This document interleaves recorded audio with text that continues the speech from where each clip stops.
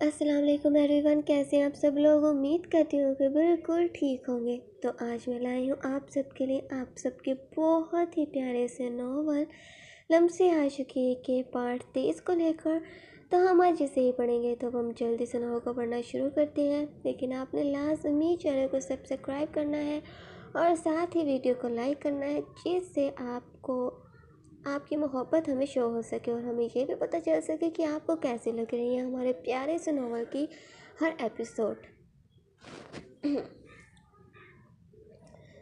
صنم زاروں کی طرح روئی جا رہی تھی، کیونکہ جو ارحم اس سے کرنے کا کہہ رہا تھا وہ یہ کام ہرگز نہ کرنا چاہتی تھی، اور ارحم جو مسلسل اس کے ہونٹوں کو چومے جا رہا تھا یہ باعث اسے سانس آنے میں بھی مشکل ہوئے جائے۔ ارحم کے بار بار اس کے ہاتھوں کو پکڑے جینس کو کھولنے کا اشارہ کرنے پر صنم ایسا نہ کر رہی تھی۔ خود دیکھ، وہ اس کے ہونٹوں کو چھوڑتا۔ تجھے سمجھ نہیں آ رہی ہے کیا کہ کیا کہہ رہا ہوں میں؟ ورنہ جینس تو میں خود بھی اتار سکتا ہوں، لیکن میرے حکم کو نہ ماننے پر بعد میں تیرے ساتھ جو میں کروں گا وہ تیرے لیے بہت برا ہوگا۔ ارحم کا دھمکانا واقعی میں صنم پر اثر انداز ہوا، جس کے باعث وہ خود اپنے ہاتھ کو خود پر جھکے ارحم کی جینس کی طرف لے جاتی اس کے بٹن کو کھولنے لگی۔ صنم کا ارحم کی بات ماننا اسے خوش کر گیا، اسی وجہ سے اس کے گال کو چومنے لگا۔ صنم کے اس کے جینس کے بٹن کو کھولنے پر اب وہ اس کے جینس کو نیچے اتارنے کا حکم جاری کر گیا۔ صنم جو کہ ارحم کے ایک کے بعد ایک حکم کو سنتی بے بس ہو چکی تھی کہ آخر وہ خود کیسے اس کی جینس کو نیچے کھسکا سکتی ہے۔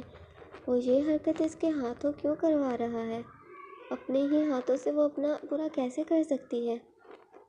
لیکن اگر وہ ایسا نہ کرتی تو اس کے ساتھ وہ اور بھی برا کرتا۔ اپنی آنکھوں کو مضبوطی سے بند کرتی، آخر اس نے اس کی جینس کو نیچے کھسکا دیا۔ صنم کی حرکت کو دیکھتا ہوا اسے چہرے سے پکڑے ہنستا ہوا، تجھے دیکھ کر میرا جوش ابھرنے لگتا ہے، اور اب تم جو چاہ رہی ہو اسے تو پورا کرنا ہی ہوگا۔ آخر بیوی ہو میری، تو تمہاری خواہشات کو پورا کرنا تمہارا شوہر ہی کرے گا۔ اپنی بات کو مکمل کیے وہ مزید خود اس کے اوپر سے اٹھتا، اپنے جینس کو تھوڑا اور نیچے کیے اس کی ٹانگوں کو پکڑے ایک ہی پل میں صنم کے وجود میں کرنٹ پیدا کرنے کا باعث بنا۔ ارحم کی باتوں کو سنے اسے اب سمجھ آئی کہ آخر ارحم نے اسے کیوں اپنی جینس کو اتارنے کا کہا تھا، لیکن ارحم جو کہ ابھی تک صنم پر غصہ تھا اسی وجہ سے شروعات کرتے ہی پورے جوش و تیزی کے ساتھ شدید لٹانا شروع ہو گیا، جسے سہن کر پانا صنم کے لیے امپاسبل سا لگ رہا تھا۔ اسی وجہ سے اس کے منہ سے درد سے بھرپور کراہٹ نکلنا شروع ہو گئی، لیکن اس کا درد سے کرانا ارحم کے جوش کو مزید بڑھانے کا باعث بنا۔ صنم کی گردن کو اپنے ہاتھ سے پکڑے وہ اپنا جوش دکھائے جائے، جس کے باعث صنم کا وجود پورے طریقے سے ہلے جائے۔ صنم جو کہ ارحم کی بے رحمی بے حسی کو دیکھتی دل ہی دل میں موت کو بہتر سمجھ رہی تھی، اسے نفرت آ رہی تھی ان سب سے۔ اسے یہ بات تو بخوبی سمجھ آ چکی تھی کہ ارحم کا اس سے شادی کرنے کا مقصد صرف اور صرف اپنی جنسی خواہشات کو پورا کرنا ہی ہے۔ وہ اسے صرف اپنی استعمال کی چیز سمجھنے سے بڑھ کر اور کوئی حیثیت نہ تھی اس کی نظر میں۔ اس کی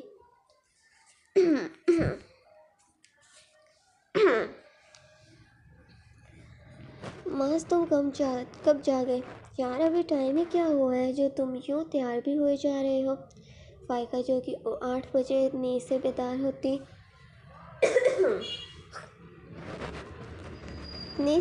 ہوتی ماس کو کمرے میں سے کچھ اٹھاتے ہوئے دیکھ اس سے سوال گو ہوئی۔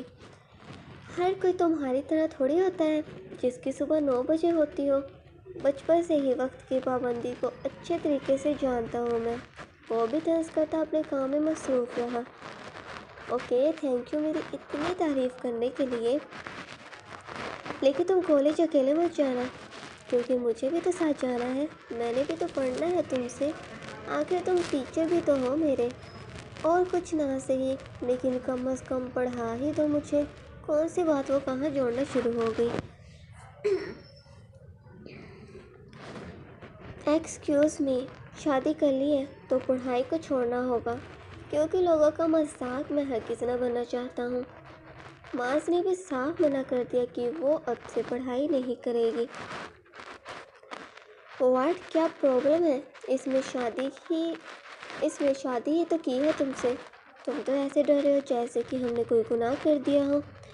وہ بھی حیران ہو چکی تھی ماس کی بات سے کہ آخر ان سب کا مقصد کیا ہے۔ میرے ساتھ زیادہ بحث کرنے کی کوئی ضرورت نہیں ہے، میں نے اپنا فیصلہ سنا دیا ہے۔ تم رہو گھر پر اور کام کرو۔ کافی دن ہو چکے ہیں صفائی نہیں کی۔ میں نے تو چونکہ تم میرے گھر میں رہ رہی ہو تو یہاں پر کام بھی کرنے ہوں گے۔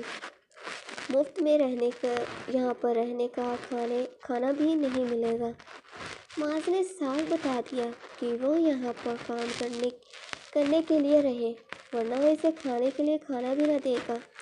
شاید اس کا ایسا رویہ اسی باعث تھا تاکہ تنگ آتی وہ خود ہی اس کی جان چھوڑ دے۔ واٹ، تم مجھ سے کہہ رہے ہو کہ میں کام کروں، لائک ملازمہ کی طرح؟ اس وجہ سے میری پڑھائی بند کر رہے ہو؟ کیا اگر اتنی ہی پرابلم ہو رہی ہے تو چلی جاؤ، مجھے تو کوئی فرق پڑنے والا ہے نہیں۔ یو نو کہ آئی ہیٹ یو، اور انسان جس سے نفرت کرتا ہے اس کی موجودگی ہونے نہ ہونے سے کوئی فرق نہیں پڑتا۔ میں واپس گھر آؤں تو یہ گھر صاف ستھرا ہونا چاہیے، ورنہ تمہاری شکل بھی مجھے نہیں دیکھنی چاہیے۔ اسے حکم دیتا وہ بغیر اس کا جواب سنے وہاں سے چلا گیا۔ فائقہ غصے سے اپنے پاؤں کو پٹکتی، حد ہوتی ہے، سمجھتا کیا ہے خود کو، حکم دے کے چلا جاتا ہے مجھے۔ لیکن کوئی بات نہیں فائقہ، تو اپنی ضد کو پورا کرنے کی خاطر کسی بھی حد تک جا سکتی ہے، تو پھر یہ گھر کی صفائی کرنا کون سا بڑی بات ہے، کر لوں گی۔ لیکن مسٹر ماس، جب میں اسے اپنی خوبصورتی سے گھائل کرنے میں کامیاب ہو جاؤں گی اور یہ میرے پیچھے پاگلوں کی طرح آگے پیچھے گھومے گا تو ان سب باتوں کا حساب تب میں لوں گی۔ تو اسی وجہ سے جو کرنا ہے کر لے۔ اپنا پلان سوچتی فائقہ خود ہی ہنسنا شروع ہو گئی، ساتھ ہی اس گھر کو غور سے دیکھے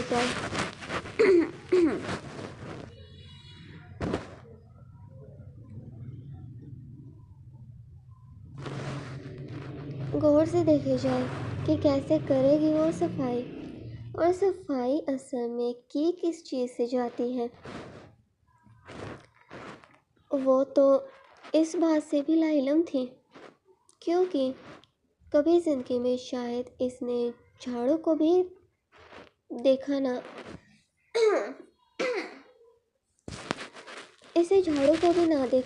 ہو۔